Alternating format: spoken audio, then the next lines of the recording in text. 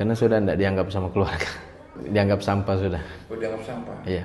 Mau ke tempat teman tidak dihargai juga karena kita tidak punya apa-apa gitu nah.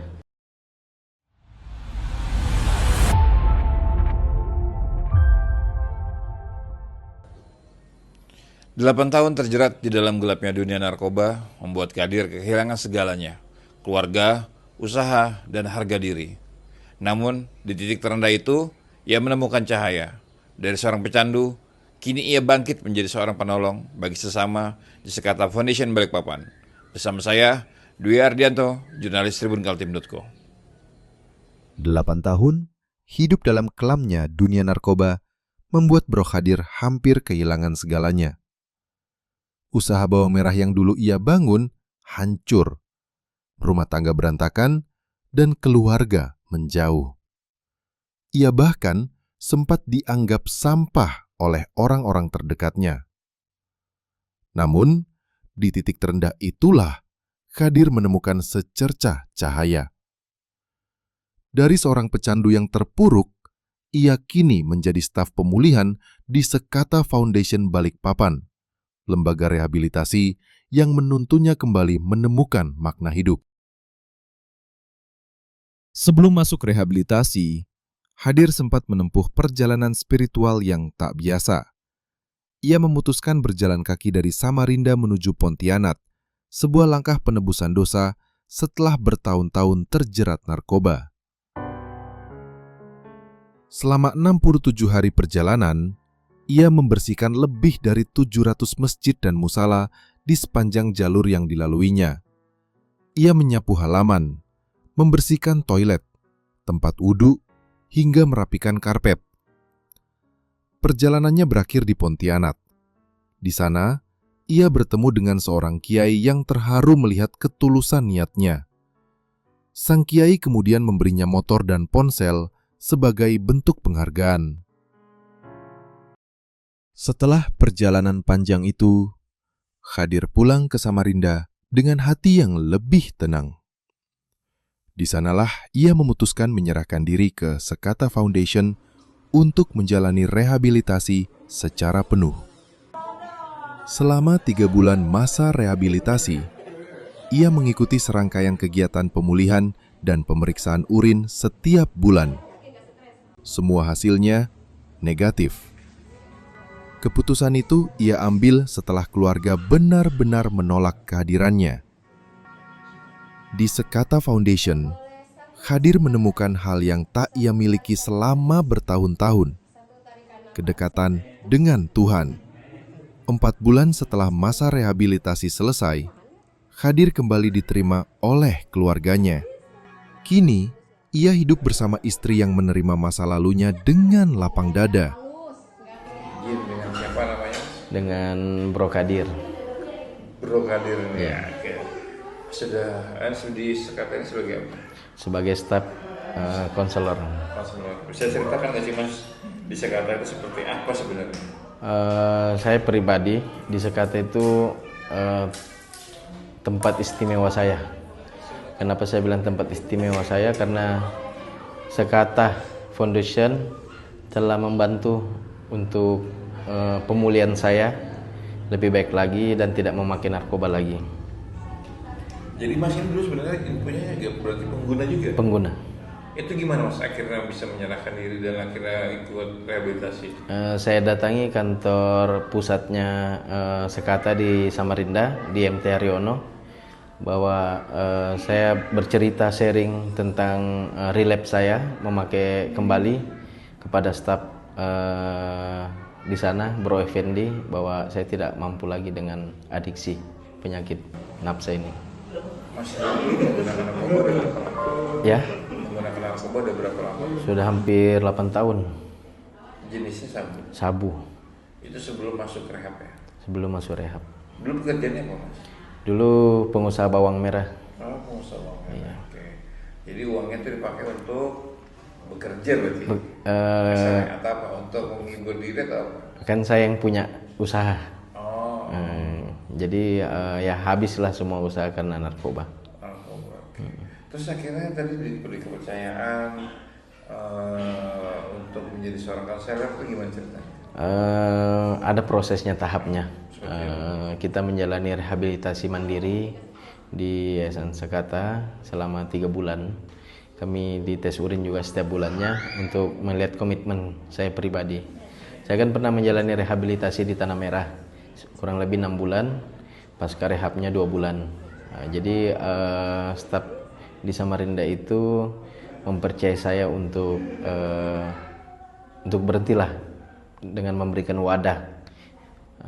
Kalau jujur aja dibilang free, gratis. Dan Mas sendiri memutuskan untuk masuk rehabilitasi itu apa, Mas? Yang men-trigger Mas, ini kan udah 8 tahun mendengar, terus apa tiba-tiba memutuskan untuk aku masuk ikut rehabilitasi? Karena sudah tidak dianggap sama keluarga. Keluarga menganggap sudah kayak dipandang sebelah mata, berarti? Dianggap sampah sudah. Dianggap sampah? Iya. Itu akhirnya membuat Mas kayak terpuruk kah atau seperti apa gitu? Sangat terpuruk, sangat down lah. Mau ke tempat teman tidak dihargai juga karena kita tidak punya apa-apa gitu nah. Karena waktu itu udah usaha habis. Karena narkoba itu tadi. Iya. Tapi akhirnya membuat Mas bisa semangat lagi untuk ikut rehabilitasi itu siapa yang mengajak? Atau mungkin Mas dapat informasi atau siapa yang mengajak? Dari diri sendiri. Dari sendiri. Informasi berarti? Iya. Dari diri sendiri, komitmen. Mencari informasi untuk mengikuti rehabilitasi. Kalau rehabilitasinya itu berupa apa aja sih, Mas? Ya. Rehabilitasinya itu berupa apa aja? Komitmen sih, Bang. Paling penting komitmen. Komitmen diri sendiri. Dan menjaga komitmen itu paling susah. Paling susah. Kan ada perbedaannya, ada rehab jalan dan ada rehab inap. Nah, perbedaannya sendiri apa, Mas? Sangat jauh perbedaannya kalau rehab inap. Kalau rehab inap itu kita bisa menilai karakter seseorang, baik buruknya, dan di sini rehab inap itu kita bisa memberikan semangat, motivasi, memberikan edukasi pada klien. Kalau Mas sendiri dulu menjalaninya rehab jalan apa rehab inap? Rehab inap ya. Ya. Apa yang Mas rasakan ketika itu pertama kali Mas merasakan rehab inap? Ujiannya besar sih. Sabar bahwa yang di luar sana bisa merasakan jalan-jalan sama keluarga, tapi kita di sini fokus dengan pemulihannya. Sedih sih. Sedih. Pribadi saya sedih, jauh dari keluarga, dianggap underestimate sama keluarga, tapi saya komitmen akan buktikan bahwa saya bukan yang dulu lagi. Yang membuat Mas untuk tetap semangat ikut rehabilitasi itu siapa, Mas? Atau apa? Trigger? Penembusan dosa sih. Dengan menerapkan sholat 5 waktu. Itu yang bikin menguatkan saya. Itu ketika Mas rehab tadi? Iya, pas rehab. Sebelum rehab? Nggak pernah sholat. Nggak pernah sholat? Iya. Ketika rehab Mas menjalani sholat 5 waktu, kemudian kayak apa? Mungkin mendapatkan ilham atau seperti apa? Ketenangan, ilham juga. Ketenangan diri? Ketenangan diri, dan kalau bisa dibilang keberkahan dapat. Bisa membantu banyak pecandu nih. Itu kan berkah gitu nah. Dulu kita pecandu, akhirnya bisa kita membantu para pecandu yang lainnya. Kalau Mas sendiri dulu pecandunya edik, seberapa edik belum? 99%. Iya. Jadi mau makan berapa? Tiap hari. Tiap hari? Tiap hari. Wah, bisa lepas ya?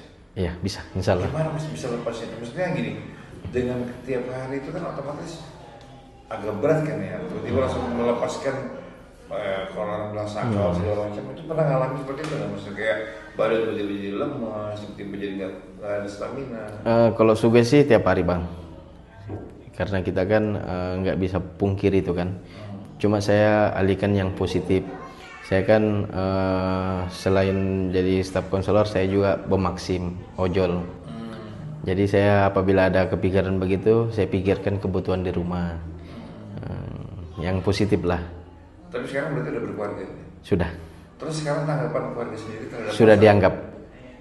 Dianggap. Gimana perasaannya Mas? Nggak bisa dinilai apapun. Dia apabila 4 bulan saya rehab di Sekata, saya sudah dimasukkan dalam grup keluarga. Itu yang berharga betul. Saking berharganya nggak bisa dinilai dengan uang. Karena bukan sesuatu yang berharga itu bukan hanya soal uang aja kan? Bukan uang. Dianggap Aja itu sudah berharga. Dianggap dari keluarga itu sangat berharga kan? Sangat. Apa sempat perasaan apa ketika itu mas? Terharu kan, nangis sampai seperti apa? Kadang merenung muhasabah diri di dalam kamar. Allah itu sangat dekat kepada hambanya bagi yang ingin bertobat. Itu saya percaya dan yakin. Dan kuasa Allah bisa dipertemukan saya dengan orang-orang baik di Balikpapan ini, itu karena doa-doa saya selama menjalani rehabilitasi. Nah, kemudian tadi itu ketika keluarga mulai memasukkan mas ke dalam grup keluarga lagi, itu mas gimana perasaannya? Sangat bersyukur. Sempat nangis ya? Sangat. Nangis ya? Nangis. Kemudian pas campur aduk, senang, merasa kayak akhirnya saya dianggap lagi seperti itu ya? Iya. Itu kan perasaan sangat enggak ternilai mas. Ya kan kakak saya sempat datang ke sini juga untuk memberikan saya support, semangat. Akhirnya datang. Setelah mas itu akhirnya datang memberikan saya snack, memberikan saya makanan. Itu nilai yang tidak bisa saya lupakan. Itu sangat berharga. Sangat berharga. Itu berarti ketika mas di Sekata ini? Sekata. Dari mantan pasien rehabilitasi di Sekata, yeah. Sekarang menjadi konselor di Sekata. Yeah, Sekata. Bisa dibilang seperti itu ya? Iya. Dan saya tidak berharap gaji di sini. Volunteer. Apa yang membuat mas izin mas? Siap. Apa yang membuat mas tetap setia di Sekata ya? Karena saya belajar dengan role model saya, Bro Effendi dan Bro Dano. Dia membantu banyak para pecandu yang tidak ada sama sekali dianggap keluarganya, seperti saya sendiri. Itu yang bikin saya, insya Allah saya yang akan melanjutkan estafetnya mereka nanti. Oke, melanjutkan tongkat estafet perjuangan pendahulunya mas. Pendahulunya. Wah, itu perasaan yang luar biasa ketika keluarga menganggap kembali itu. Iya. Dan sekarang udah menikah berarti mas? Sudah menikah. Iya. Tapi keluarga tahu nggak dulu mas seorang pengguna? Istri tahu. Tanggapannya gimana? Dia nggak lihat masa lalu saya. Harusnya seperti itu ya? Iya, dia melihat saya sekarang dan kedepannya. Semoga kedepannya bisa membantu banyak para pecandu yang di luar sana yang masih aktif. Mas sendiri selama di Sekata ini berapa tahun? Sudah setahun. Sebagai konselor? Ya, enggak, hampir 10 bulan. 10 bulan? Ya. Kalau rehabnya kan tadi 3 bulan. Rehab 3 bulan, kemudian setelah rehab jadi staf ya. Menjadi staf. Tapi selalu tes urin itu? Selalu. Tiap bulan? Tiap bulan, iya. Dan hasilnya negatif? Negatif, alhamdulillah. Nah itu apa yang mas pengen sampaikan? Dan berapa banyak mas semenjak mas jadi konselor, berapa banyak pasien rehabilitasi yang ada di Sekata yang mas tangani? Hampir 1.000. 1.000? Ya. 1.000 itu kebanyakan dari mana mas? Dari Polres. Dari Polres itu maksudnya kawasannya dari mana? Dari tetangga? Gunung Bugis. Gunung Bugis semua? Gunung Bugis semua. Gunung Bugis. Emang stigma Gunung Bugis ini masih sangat kuat ya? Sangat kuat. Terus kemudian sebagai konselor tadi, apakah hubungan itu terus ketika teman tadi yang udah rehabilitasi keluar, masih ada yang tetap berhubungan sebagai teman atau sebagai keluarga bahkan? Alhamdulillah, saya selalu mensarankan ke teman-teman apabila sudah menyelesaikan 3 bulan tetap komunikasi dijalankan, karena kita pemulihan kita nggak bisa sendiri-sendiri. Tetap butuh komunitas, tetap butuh teman-teman biar kita bisa bertahan pemulihan kita. Pesan mas buat para pengguna, mungkin buat para yang belum pernah merasakan rehabilitasi, pesannya apa mas? Saya pribadi stop untuk memakai sebelum kata penyesalan di akhir, karena saya sudah merasakan 2 kali rehab. Sangat sedih apabila kita dianggap underestimate sama keluarga, dianggap karena perbuatan kita sendiri. Karena saya sempat juga judulnya juga akhirnya saya bercerai dengan keluarga, dengan istri. Berarti sempat cerai dengan Iya. Berarti ini kalau mohon maaf, ini berarti istri yang sekarang bukan istri yang Bukan. Oh sempat, wah berarti bisa dibilang keluarga semua dulu berantakan Mas ya? Iya, saya tidak dianggap. Warga nggak dianggap, terus diceraikan sama istri, Iya. keuangan hancur. Hancur. Berarti benar-benar terpuruk waktu itu. Iya. Jadi jalan satu-satunya saya dulu menebus dosa saya dari Samarinda jalan kaki ke Pontianak. Cara menebus dosa saya jalan kaki dari masjid ke masjid, membersihkan masjid, bermalam kadang diusir di musola, dilanggar di masjid. Ya, kita paham aja kan peraturan masing-masing ada. Dan setelah dari Pontianak baru saya menghadap ke Sekata, Samarinda.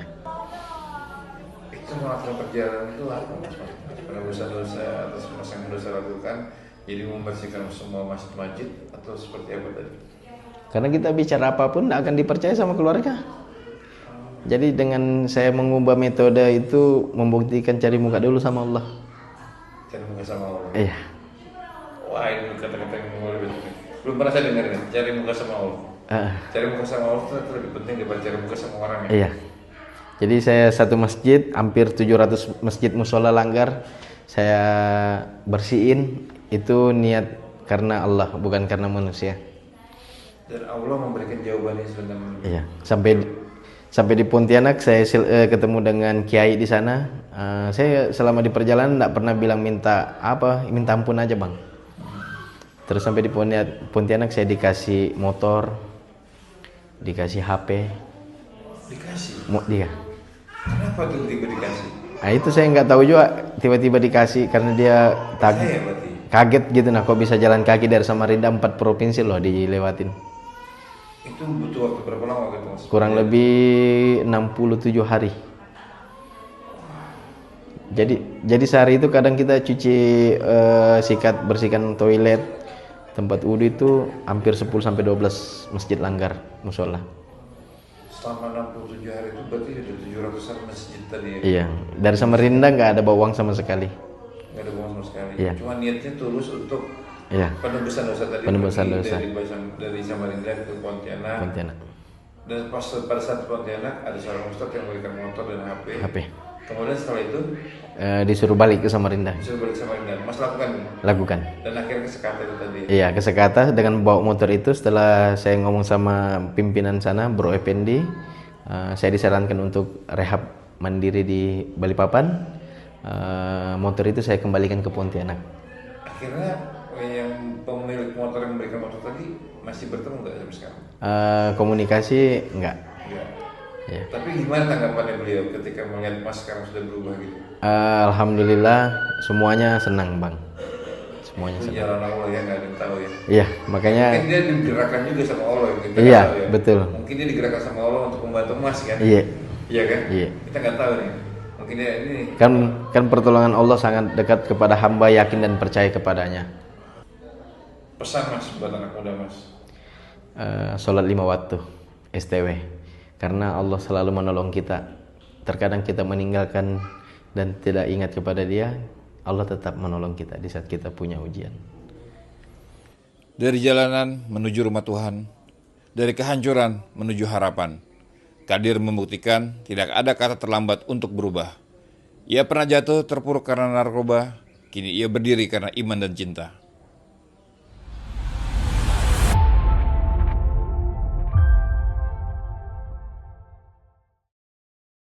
Download Tribun X sekarang, menghadirkan lokal menjadi Indonesia.